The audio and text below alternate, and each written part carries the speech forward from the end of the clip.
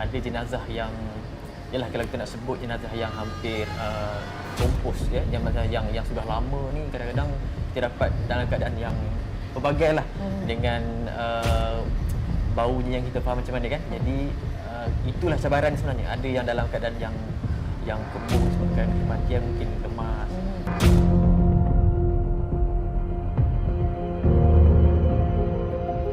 Kita akan pastikan bahawa mereka mahir mengendalikan peralatan, mereka mahir cara-cara untuk mendapatkan arah kiblat.